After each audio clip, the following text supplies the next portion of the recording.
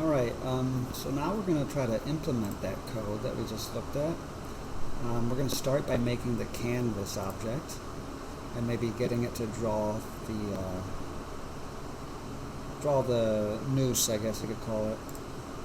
So if you're at REPL, you can go ahead and start a new REPL. Either hit the plus, or you can, if you have this option, just click a new HTML document. I'll call this RE02, I don't know, Hangman. I forget how I formatted it before, but I'll call it that. So we'll say create. I'm not going to give you a starter script. I'd like you to just follow along and just build it up from scratch for yourself here. We'll walk through everything together though. Looks like I already have a Hangman or something. Did I do this already? I don't remember. But anyway, once you get into your project, we're going to start in this video by getting it all laid out and getting the canvas built. So you should see some HTML. I'm not sure where you guys are with your knowledge of HTML or CSS, but we're going to jump straight to the script, and we're going to try to work from here. So even if you're unfamiliar with HTML and CSS, just jump to the script. That's where we're going to be for most of this project.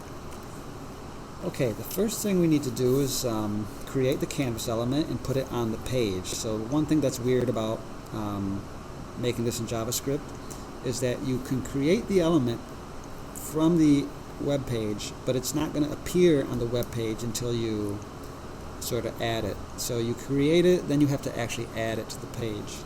So I'm going to create the canvas. I'm going to say let canvas equal, and you can call it whatever you want, game window, blah blah blah. I'm going to call it just canvas to keep it simple. And I'm going to say document, that's the web page, document dot create element, and you got to capitalize the E. Always, it's all one word, but every time you get a new word, you capitalize the first letter of the words other than the first word. So that's called camel case, like the humps of a camel. Every time you have a new word, you uppercase. So create element, and we're going to make it of type canvas. So now we have a canvas object. I'm going to set the width of the canvas to, I think this was 11 wide, I believe.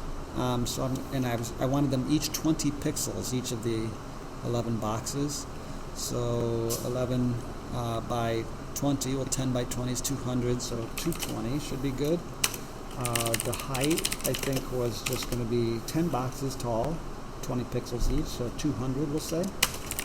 Canvas, well, we now need to add the canvas to the page. So I'll say document.body.append child, and we're going to append the canvas. If I run this, I'll do that now. We should have a canvas. You probably won't see it, but I don't know if I can select it. If you do want to see it, I'm going to go ahead and give it a border. Canvas.style equals, actually I should say style.border equals 1 pixel solid black. Let's see if I've got it. So there it is. There's my little box. So in order to draw on our canvas here, so now I've got a canvas on my page. I've set the width and the height, and I've given it a border just so I can see it. It's okay if you haven't seen this kind of thing before. This is just how you get a canvas on your screen, set the size, and so on. But now I'd like to show you the drawing methods that you can use to make shapes. So I'm just going to do a quick one, just as an example, and then I'll delete it. But this part we want the context. So I'm going to call this CTX for context. And this is the set of tools that allow me to draw circles, lines, boxes. So I need to get this from the canvas. So I'm going to say canvas.getContext. And I need to specify that I want I put single quotes, that it's two-dimensional. And I think the D has to be lowercase there. So I want my context to be two-dimensional, so I'm drawing 2D shapes. And that gives me tools to draw with. So what does that look like? Well, I can say ctx.fillRect. Whoops, sorry. Fill a rectangle. Let's say I want to start from the upper left-hand corner. That's going to be 0, 0. And I want to go halfway, so I'm going to say, I guess 111, I'm sorry, 110 and 100. And that should do it. So let me go ahead and draw. And now I have half of, half in, half down. I've made a black box. You can always choose a different color if you just say fill style, like I showed on the example code. I can choose a different color. We'll do that. But that's how you can draw. You can just access this context object, which we've defined here. So this is what we're going to start with. So let me take a look at what I was aiming for with the, I wanted to imagine this as a grid of 20 by 20 boxes, and that gives me a sense of the coordinates that I should draw for my hangman noose here. So I want to draw a line that starts, let's say, at 4 boxes right and 2 down. So if they're 20 by 20, that should be 80, 40.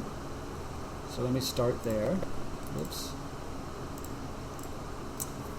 So let's say ctx.move to, what did I say, 80, 20 or 40. There we go. And then I now want to draw lines. So I've now moved my cursor to the top of the head, so to speak. And now I want to do line 2 to actually calculate making a mark. So I'll say I want to go up a box, I think. So I'm going to say still to the right 80. But now I go to 20 for the distance from the top. And if I want to see what it looks like, I got to do ctx.stroke. So let's see what I got. There's my line here, looking good. Let's keep going. I'm going to copy this line here and make another one. I want to go to the right now. So I think I want to go to not 4 boxes from the right, but now 8. So 160 pixels. Let's try that. Boom. So I'm getting it. Now I want to go all the way down. I think it's 200 pixels tall, and I want to be 20 shy of that, so I think I'm going to go to 180. I just made another line. Let's try this. Looking good. Now I want to move, I'm going to move the pen over here without making a mark, and then I'm going to mark to the left. So I just want to go 20 pixels to the right. So I'm going to copy this line, paste it. I'm going to go 20 pixels to the right, but this time it's going to be a move to, not a line to. And then I'm going to say line to, same height, but now I'm going to go just all the way to the left pretty much. So 20 pixels from the edge. Let's see what that looks like. Oops, I got to do line 2, sorry. There's my little hangman noose. Now I said that you can change the thickness if you'd like, so before we make the stroke, I could say line width, yeah, that is a property. I can set that to 2, I don't know, what does that look like?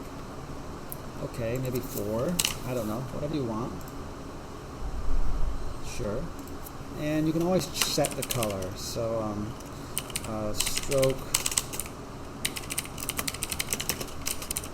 brown never looks great, but let's see what that looks like.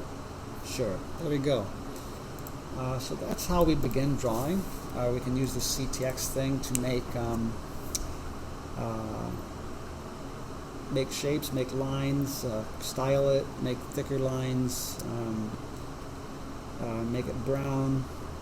And so this is the setup. This is the beginning of starting our code.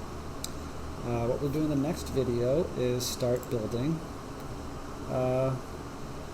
Well, we'll build a function that, depending on, if I put in 1, it'll make a circle. If I put in 2, it'll make a line. If I put in 3, it'll do a leg. If I put in 4, it'll do the other leg. So I'll make a function that draws every body part, depending on what number of fails you've made. But before we do that, we'll probably in the next video just start making this basic scaffolding for the logic of our game.